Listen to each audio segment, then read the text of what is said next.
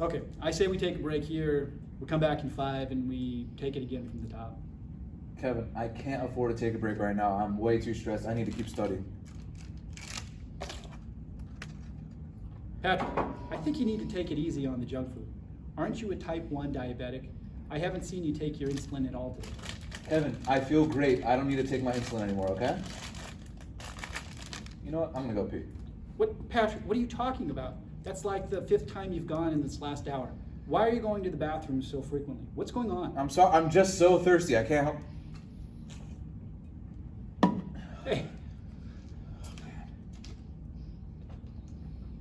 Patrick, are you okay? I'm starting to get concerned about you now. Tell me what's going on.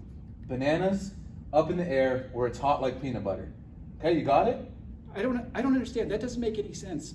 And why does your breath smell like that? It smells fruity. I don't know, Kevin. You know, all I know is I gotta go to the bathroom right now. So I'll see you later, okay? Patrick, are you okay? Patrick, I think you're having an emergency. I'm going to call 911. Hang in there, okay? Our patient is showing signs and symptoms consistent with diabetic ketoacidosis, or DKA, a serious and acute complication of diabetes that typically arises from a deficiency or resistance to insulin. It is more common with type 1 diabetes and is often precipitated by stress or poor compliance to an insulin regimen. Insulin is required for the uptake of glucose by skeletal muscles and adipose tissue. Thus, low insulin or an insulin-resistant state results in hyperglycemia. Insulin deficiencies also stimulate lipolysis from peripheral fat stores, resulting in the release of free fatty acids. At high concentrations, these free fatty acids are converted into organic acids, collectively referred to as ketone bodies. These ketone bodies induce a state of metabolic acidosis. Patients will also experience decreased total potassium due to losses from frequent urination. However, the patient's measured potassium will appear either normal or elevated due to extracellular shift induced by acidemia and osmotic water movement. DKA is primarily characterized by a state of hyperglycemia. This results in polyuria by way of glucose-induced osmotic diuresis followed by polydipsia. The increased urination results in volume depletion, which may manifest as decreased skin turgor, dry oral mucosa, tachycardia, and hypotension. Neurologic symptoms may also be present, such as confusion and altered state of mental consciousness. Patient may hyperventilate to compensate for metabolic acidosis. And patients may also give off a fruity odor due to exhaled acetone. We will now observe as our patient's condition is assessed and managed.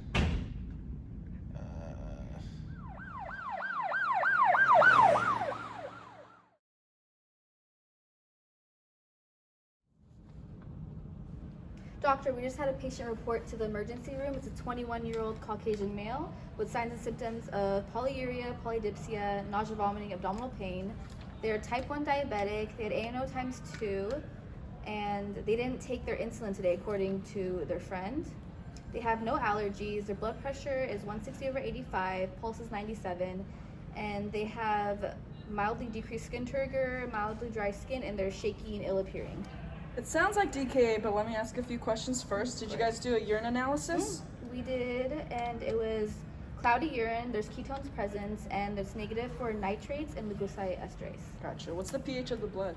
It is 7.1, Bicarb levels? 16 milliequivalents per liter. Okay. What about patient's blood glucose right now? It is about 500. And their potassium levels? Potassium was 4.6, And their sodium levels, please. 130. Okay. Patient definitely has DKA. I'm going to call the pharmacist to make sure I order the correct meds. Okay, sounds good. Thank you, doctor. Treatment of diabetic ketoacidosis centers on correcting fluids and electrolytes and administering insulin to lower blood sugar. The first step of management is replacement of fluids, usually with normal saline, to correct hypovolemia and stabilize cardiovascular status. Insulin is administered intravenously as both a bolus dose and continuous infusion, and doses are weight-based. Unless levels are very high, potassium is co-administered with insulin because insulin will lower potassium by intracellular shift. Bicarbonate may be considered when pH is very low. Watch now as our medical team develops a treatment plan and adjusts as the patient's monitoring parameters change. Hello, pharmacy. Can you send a pharmacist to help with a DKA patient, please? Pharmacist on the way. Thank you. Hi, I'm the pharmacist. I heard you had a patient. Yes, please. So we have a DKA patient. They're already on 1 liter of normal saline. What do I need to do now? Since this patient is not hyponatremic, I suggest that we change his NS to half NS at 500 ml per hour. Okay, what about the insulin part?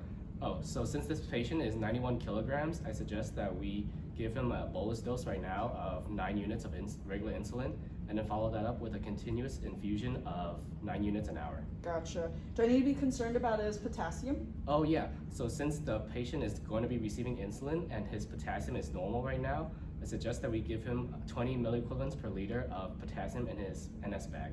Okay, thank you very much.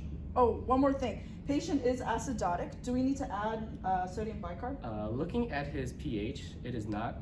We do not need to give bicarb at this time. It is greater than 6.9. Okay, gotcha. Thank you. We'll get the patient started. Hi, sir. I'm here to give you some normal saline because you have lost a lot of fluids, and we're gonna also give you some insulin because your blood glucose is a little high. Okay. Okay, and do you have any questions for me? Is it gonna make me feel better? It should make you feel better. Okay. All right. Okay, you're gonna lay here, and then the doctor will be right with you. Okay.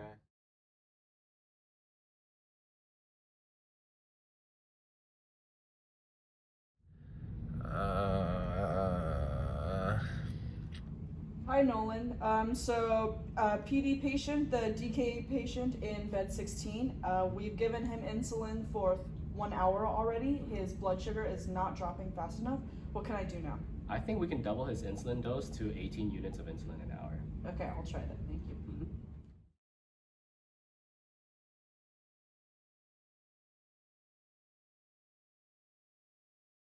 Hi, Nolan. You know that PD patient in bed 16, the DKA patient? So I just went over his lab values and it looks like the DKA has resolved. I want to change his IV insulin to sub-Q insulin now. What can I do? So I think we should continue his insulin infusion IV for another hour or two, and then after that we can switch him over to his home dose of sub-Q insulin. Gotcha. Thank you so much. I really appreciate all your help with this case. Hey, Patrick.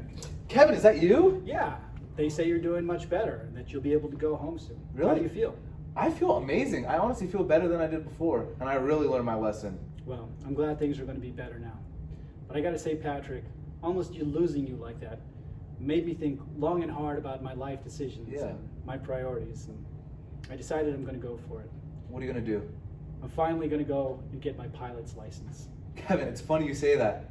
I was gonna tell you to do that. It's amazing. Well, there's only one thing left to do now. Let's fly. We're doing it, Patrick. We're finally doing it. Man, Kevin, this sure is amazing. It's beautiful out there, but it is a little foggy, isn't it? Yeah, it sure is.